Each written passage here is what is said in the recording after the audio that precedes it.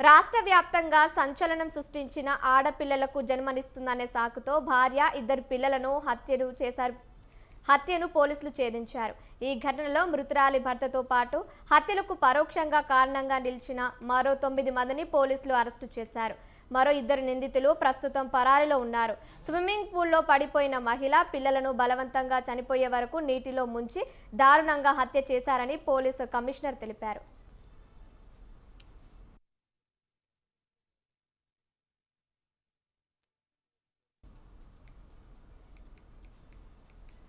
ఈ ముగ్గురిని హత్య చేసిన అనంతరం మరణించినట్లుగా నిర్ధారించుకొని తన భార్య పిల్లలు స్విమ్మింగ్ పూల్లో పడి మృతి చెందారని అజారుద్దీన్ ప్రచారం చేశాడన్నారు. మృతురాలి తల్లిదండ్రులు ఇచ్చిన ఫిర్యాదుతో కేసు నమోదు చేసుకున్న పోలీసులు తమకు అందుబాటులో ఉన్న టెక్నాలజీని వినియోగించుకొని నిందితుడు అజారుద్దీన్ తన భార్య పిల్లలను దారుణంగా హత్య చేసినట్లుగా నిర్ధారణకు వచ్చారు.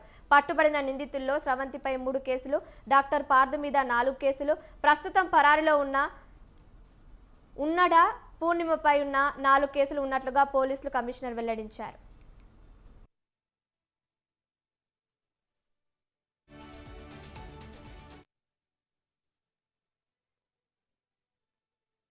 పుట్టారు. సో పాపాలు పుట్టిన తర్వాత ఈమె మళ్ళీ కూడా 2 టైమ్స్ ప్రెగ్నెంట్ అయింది. 2021 అట్లాగే 22లో కూడా. సో ఆ 2 టైమ్స్ కూడా వీళ్ళు ఇది ఆల్రెడీ 2 పాపాలు ఉన్నారు కాబట్టి సో మళ్ళీ అది సెక్స్ డిటర్మినేషన్ చేయించుకొని అది ఫీమేల్ ఫీటిసైడ్ అది చేశారు.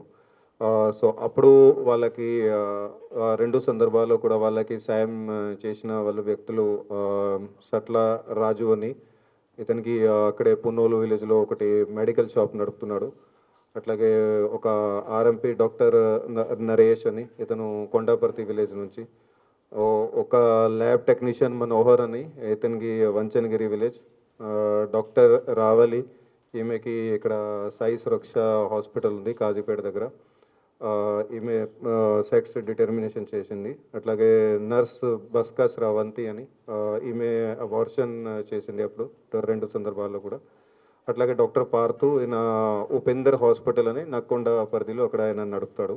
సో ఈయన కూడా దాంట్లోనే పాల్గొన్నాడు. అట్లా డాక్టర్ పూర్ణిమ అనేది, ఈమెది బాలాజీ హాస్పిటల్ నర్సంపేట్.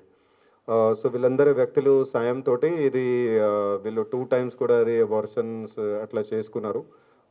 సో అట్లా కాబట్టి వాళ్ళకి కూడా ఈ కేసులో ఇన్వాల్వ్ చేయడం జరిగింది. అది ఎందుకంటే as per PCPNDT act, pre conception and pre natal diagnostic techniques యాక్ట్లోని పాపాలు కూడా వీళ్ళకి పుట్టారు. సో పాపాలు పుట్టిన తర్వాత ఈమె మళ్ళీ కూడా 2 టైమ్స్ ప్రెగ్నెంట్ అయింది. 2021 అట్లాగే 22లో కూడా.